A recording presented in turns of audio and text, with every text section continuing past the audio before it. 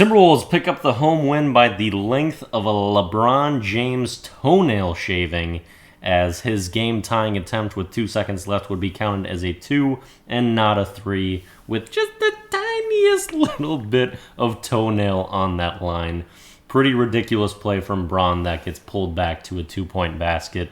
Very fortunate for the Wolves that was the case, as throughout an extremely entertaining, great game with big-time dunks and blocks and exciting moments, the Timberwolves were kind of trying to find a way to fumble that one towards the end, as they did through kind of the entire game, as it felt like they should have had a bigger lead than they did most of the way through. It's the same issues that we've been seeing with the Wolves in recent games, with very high turnover numbers, especially in the first half. They had 19 for the game, with 12 of those being in the first half. The Lakers only have 10 for the entire game, and it was an extremely huge issue in this one that kept the Lakers in it, as well as Anthony Davis being extremely dominant. I've talked about Rudy Gobert, especially last season. I said that he was a great team defender, but when it came to the elite centers of the league, he could do nothing to stop them. And in this stretch of the last 2 weeks where we're seeing them play against Sabonis, Embiid, AD twice now, and Chet Holmgren, like, they have worked that matchup, and he has not been able to deter them really at all, despite a very good defensive season from Gobert, although his matchups, they're not looking too great right now, and AD was just on fire, and even making jumpers in these 2 games that he's played against us too. But really, it's not on Gobert not being able to stop AD in this one. It's more the turnovers and 2 players that are usually the most prone to being owned to kickers, really being that in this one. Jaden McDaniels fouling out of this game. Late game, it was extremely disastrous too. The Timberwolves have a 7-point lead with just over 30 seconds left, and they're just going to give up a 2 to LeBron. Jaden ends up fouling him on the layup attempt, so LeBron gets an and 1, and Jaden gets teed up as he's walking off the court to make that a 4-point possession for the Lakers, make it just a 1-possession lead, and that put us in a lot more of a sticky scenario. And the maturity with Jaden has to be much better with that. You can also say that with Karl Anthony Towns, another horrendous night where it feels like he's just sabotaging this team almost. And him just repeatedly hooking defenders while he's trying to drive to the basket, never having it benefit him for free throws like he thinks it's going to still somehow, is driving me absolutely nuts. I'm so exhausted with the cat experience.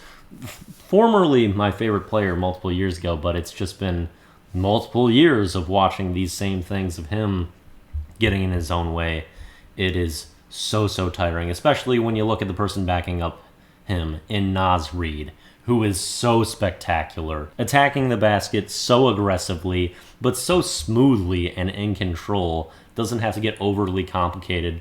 So exciting watching Naz. Got to be one of your favorite players to watch right now on this Wolf squad. Anthony Edwards, of course, up there too. Good scoring night out of him. Even turns his ankle while rising up on a layup on Anthony Davis, and I think it was the second quarter. Has to foul AD to get out and limp to the locker room. Comes back in after just 1 free throw, doesn't miss a single play, and then continues to have a 30-point game and have clutch bucket after clutch bucket.